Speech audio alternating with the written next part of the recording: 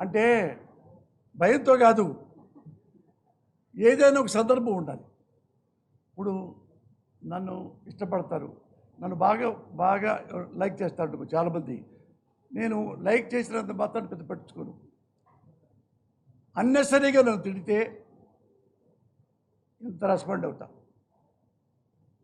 ఎప్పుడు మీరు ఇంతమంది ఉన్నారు కదా, సినిమా తీసేయండి.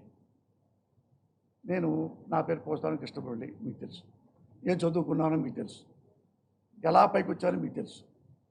నేను ఎప్పుడైనా ₹1 రాంగ్ రూట్లో సంపాదించిన, ఒక్క అవినీతి చేసిన, ఒకటి బ్రోకర్ పని చేసిన, అన్యాయంగా తిట్టిన, అకారణంగా ఎవరిని నువ్వు ఫిట్టింగ్ పెట్టినా, మీరు ఎవరైనా ఒక్కొక్కళ్ళు వచ్చి నా చెప్తూ కొట్టచ్చు.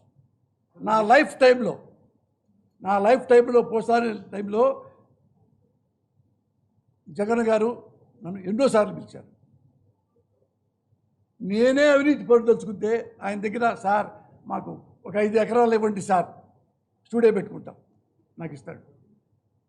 మంత్రి పదవి అడిగాడు, నాకు వద్దన్నా అన్న. మంత్రి పదవి చాలు కదా చాలాటికి, అది అడగండి కావాలంటే, మీరు కావాలని జగన్ గారు అడగండి.